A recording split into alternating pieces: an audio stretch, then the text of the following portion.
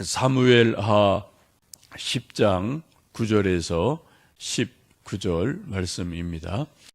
요압이 자기와 맞서 앞뒤에 진 적진을 보고 이스라엘의 선발한 자 중에서 또 엄선하여 아람 사람과 싸우고 진치고 그 백성의 남은 자를 그 아우 아빗의 소에 맡겨 암몬 자손과 싸우려고 진치게 하고 이르되 만일 아람 사람이 나보다 강하면 내가 나를 돕고 만일 암몬 자손이 너보다 강하면 내가 가서 너를 도우리라. 너는 담대하라. 우리가 우리 백성과 우리 하나님의 성읍들을 위하여 담대히 하자. 여호와께서 선히 여기시는 대로 행하시기를 원하노라 하고 요압과 그와 함께한 백성이 아람 사람을 대항하여 싸우려고 나아가니 그들이 그 앞에서 도망하고 암몬 자손은 아람 사람이 동함을 보고 그들도 아빗 앞에서 도망하여 성읍으로 들어간지라. 요압이 암몬 자손을 떠나 예루살렘으로 돌아가니라. 아람 사람들이 자기가 이스라엘 앞에서 패하였음을 보고 다 모임에 하닷 에셀이 사람을 보내 강 건너편에 있는 아람 사람을 불러내매 그들이 헬람에 이르니 하닷 에셀의 군 사령관 소박이 그들을 거느린지라. 어떤 사람이 다윗에게 알림해 그가 온 이스라엘을 모으고 요단을 건너 헬람에 이름에 아람 사람들이 다윗을 향하여 진을 치고 더불어 싸우더니 아람 사람이 이스라엘 앞에서 도망한지라. 다윗이 아람 병거 700대와 마병 4만 명을 죽이고 또 그 군사령관 소박을 치매 거기서 죽으니라. 하닷 에셀에게 속한 왕들이 자기가 이스라엘 앞에서 패함을 보고 이스라엘과 화친하고 섬기니 그러므로 아람 사람들이 두려워하여 다시는 암몬 자손을 돕지 아니하니라. 아멘. 전쟁이 나면은 장군이 이제 어떠한 생각을 가지고 어떠한 전략을 짜서 전쟁을 하느냐가 아주 중요한 일이 되죠. 삼국지나 초한지 이런 중국의 소설 보면은 거의 실화에 근거한 거겠죠. 제갈량이나 조조나 또 여러 장수들이 군사 조련도 많이 하지만 막상 전쟁이 나면 어떤 전략을 짜느냐, 수성전을 펴느냐, 들여나가 하느냐, 배복을 하느냐, 하여튼 다양한 어떤 그런 전략들을 짜서 전쟁에 이기기도 하고 지기도 합니다. 우리나라도 소위 이제 을지문덕 장군의 살수대첩이라는 것이 있죠. 수나라가 수십만이 쳐들어왔을 때 살수면 청천강이죠. 거기 강 위를 막았다가 유인을 해서 강물을 또 터뜨려서 강물을 이용해서 살수대첩이라는 엄청난 전쟁에서 이기고 또 그것 때문에 이제 또 나라가 든든해지는 일들이 일어납니다. 오늘 말씀은 어제 이어서 되어지는 말씀인데 암몬족과 또 그 여러 주변의 연합군들이 이스라엘과 이제 전쟁을 하게 될 때 요압 장군이 이제 총사령관이 되어서 전쟁을 하게 됩니다. 지금 암몬족은 자기들의 성 앞에 나와서 진을 치고 또 암몬 사람이 돈으로 산 용병들이죠. 이런 또 다른 아람 사람들은 들판에 진을 치고 이렇게 양쪽에 적이 진을 치고 있어요. 이제 이스라엘이 요압 사령관을 중심으로 나가게 되고 고민을 하죠. 요압이 나름대로 이 성경을 쭉 보면은 아주 대단한 그런 장군으로 소개가 됩니다. 그래서 자기 동생 아비새와 함께 나가게 되는데 전략회의를 합니다. 그래서 이렇게 전략을 짜죠. 내가 이 이스라엘 군인 가운데 고르고 고른 최정예 군대를 데리고 나는 들판에 진쳐 있는 아람 사람들과 싸우겠다. 너는 나머지 많은 군대를 데리고 이 성 앞에 있는 암몬족과 싸워라. 싸우고 나서 누가 혹시 내가 지면은 너가 와서 나를 돕고 너가 지면은 내가 와서 도우리라. 이런 전략 회의를 하고 이제 전쟁에 임하게 됩니다. 이런 것을 보면은 이 요압이라는 장군이 아마 이렇게 쭉 이제 적이 진친 것을 보고 정찰을 하고 자칫 그냥 한 군대로 가면은 양쪽에서 협공을 당할 수 있기 때문에 자기들도 두 편으로 나누어서 이쪽 저쪽으로 이제 맞대응하는 그러한 전략을 쓰게 되죠. 요압을 성경에서 쭉 보시면은 다윗의 오른팔 같은 장수입니다. 다윗이 사울 왕에게 쫓겨다니며 굴로 들로 산으로 도망 다닐 때 그때부터 400명 600명 이렇게 도망 다닐 때부터 같이 생사를 같이 했던 아주 중요한 동지이고 또 부하이고 전우이기도 합니다. 성경을 보시면 사무엘하 2장을 보시면 이 요압 장군은 다윗의 이복 여동생 수루야의 아들이에요. 이게 쉽게 말하면 다윗의 여동생의 아들인 게 조카가 되는 것이고, 다윗은 이 요압의 외삼촌이 되는 그러한 혈족 친척이기도 합니다. 이 요압에게는 이제 두 아들 동생이 있는데 아사엘, 아비세라는 두 동생이 있는데 이 세 형제가 정말 대단한 장수들로 성경에는 표현이 됩니다. 지금 이제 아사엘은 전번에 한번 죽은 적이 있고요. 이제 아비사랑 둘이 남아서 나라를 지키는데 이때 이 전쟁에서 요압이 아주 중요한 전략을 짜고 무엇보다도 하나님 앞에 지혜롭게 진심으로 전쟁에 임하는 모습을 보게 됩니다. 우리 12절 말씀 다시 한번 읽어보십니다. 너는 담대하라. 우리가 우리 백성과 우리 하나님의 성읍을 위하여 담대히 하자. 여호와께서 선히 여기시는 대로 행하시기를 원하노라 하고, 그리고 이제 이쪽 저쪽 편을 갈라서 싸움을 하게 됩니다. 지금 이 12절 말씀을 보시면 요압 장군이 자기 나라와 자기 백성들을 얼마나 사랑하는지 그 나라 사랑하는 장군의 모습을 볼 수 있습니다. 그 앞부분에 12절 앞부분에 그렇게 말씀하죠. 너는 담대해라. 우리가 우리 백성과 우리 하나님의 성읍을 위해서 담대히 하자. 지금 적군이 더 많은 것 같아요.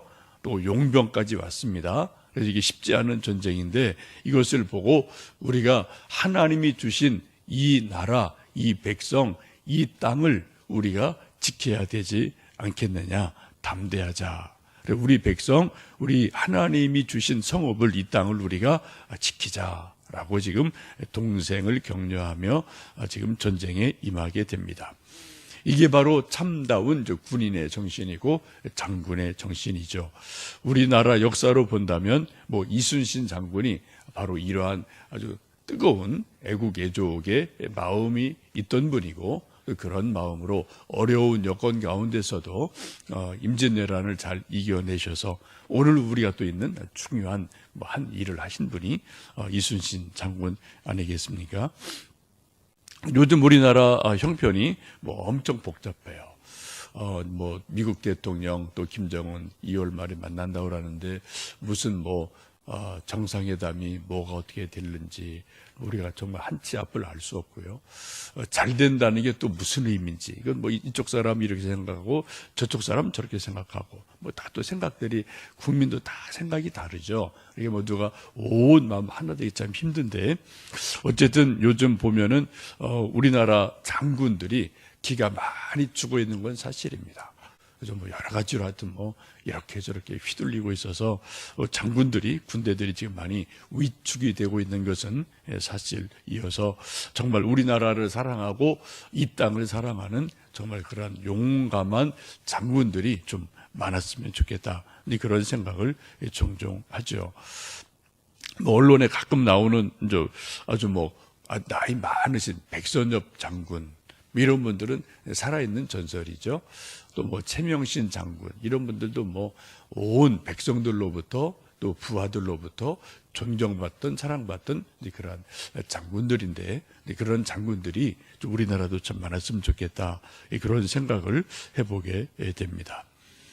두 번째 12절 말씀 보시면은 또 여호와께서 선히 행하시는 대로 행하기를 원하노라라고 지금 격려하고 기도를 하죠.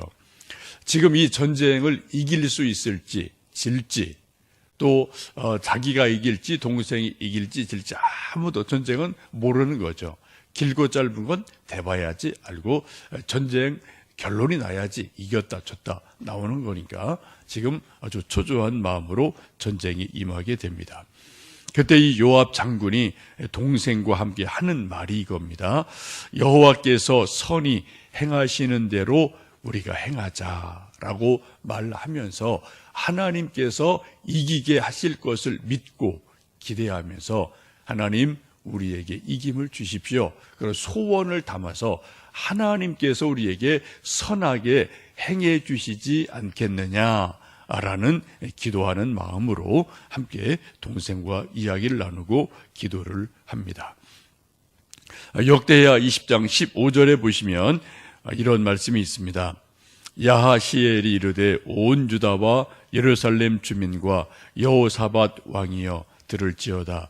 여호와께서 이같이 너희에게 말씀하시기를 너희는 이 큰 무리로 말미암아 두려워하거나 놀라지 말라. 이 전쟁은 너희에게 속한 것이 아니요 여호와께 속한 것이니라 라는 말씀이 있습니다.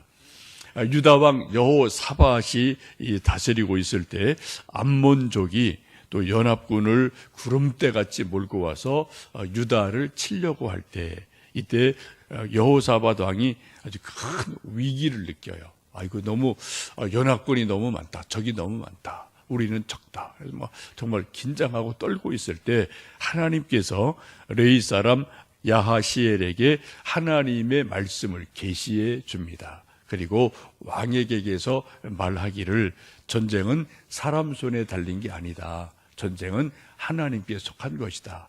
두려워하지 말고 이렇게 전쟁을 해라 라고 하나님의 지혜를 가르쳐 줍니다. 그때 이 전쟁이 아주 묘하게 되는데 이 이스라엘 백성들, 유다 백성들이 맨 앞에 성가대를 만들어서 성가대 옷을 입히고 이렇게 찬양을 부르며 쭉 전진을 해요. 그리고 군사들은 뒤에 따라갑니다. 이상하죠? 비무장 합창단이 노래 부르고 앞에 쭉 가고 뒤에는 이제 또 창을 든 군사가 가고 이건 그러면 앞에 총알 받지도 않고 이상하지 않습니까? 하나님이 그렇게 잘하고 이제 작전 명령을 주시거든요. 근데 그렇게 찬송하며 나갔을 때 하나님께서 혼란하는 영을 주셔서 이 연합군은 이제 이 나라 저 나라 막 여러 나라가 온 그런 연합팀이니까 거기서 자기들끼리 내란이 일어나서 내분이 일어나서 자기들끼리 치고받아서 그래서 자기들끼리 죽는 그런 일이 일어납니다. 이스라엘 백성들이 유다 백성들 군사가 가보니까 이미 다 죽고 남은 자가 거의 없어요. 그래서 그냥 가서 걸으면서 그냥 노량물을 그냥 얻는 그런 일들이 일어나고 불화가 골짜기까지 그렇게 며칠을 걷게 되는데 근데 그들이 노략을 다 하고 나서 그 승리한 골짜기를 브라가 골짜기라고 이름을 지었고 지금도 있습니다. 그 뜻은 찬양의 골짜기, 송축의 골짜기 그런 뜻이죠. 찬송함으로 하나님이 이기게 하셨다라는 그런 뜻이 있습니다. 오늘 하루도 우리가 눈에 보이지 않지만 영적인 전쟁을 하고요. 또 우리 학생들은 공부의 전쟁을 하고 직장인들은 또 직장에서 직장 또 전쟁하고 또 해외 외국이랑 이런 우리나라 회사랑 또 눈에 보이지 않는 어떤 무역 전쟁이 있기도 하고요. 또 나라끼리 실제 총칼 든 전쟁이 있기도 하고요. 이런 것들이 지금도 오늘도 눈에 보이지 않게 크게 작게 우리 매일 그런 전쟁 속에 사실은 살아가지요. 우리가 분명한 것은 아까 역대하 20장에서 말씀하신 것처럼 이 전쟁은 너희에게 속한 것이 아니요 하나님께 속한 것이다 라는 말씀을 우리가 다시 한번 기억하면서 오늘도 우리가 이런 일도 하고 저런 일도 하고 정말 전쟁 같은 일도 우리가 만날 수도 있고 여러 가지 일들이 있겠습니다만 우리가 하나님의 지혜를 구하고 능력을 구하고 우리가 할 수 있는 최선을 다하면서 또 하나님의 은혜를 구해서 우리가 영적 전쟁에서 승리하고요. 또 여러 가지 세상살이하는 이런저런 전쟁에서 또 승리하면서 하나님께 영광 돌리는 복된 하루가 될 수가 있기를 주님의 이름으로 축복합니다. 오늘도 금요일 저녁에 함께 오셔서 기도는 영적 전쟁을 하는 가장 중요한 무기가 기도고 찬송이에요. 성경 말씀 보시면 우리도 함께 기도할 수 있는 저녁 되었으면 좋겠습니다. 우리 함께 기도하겠습니다.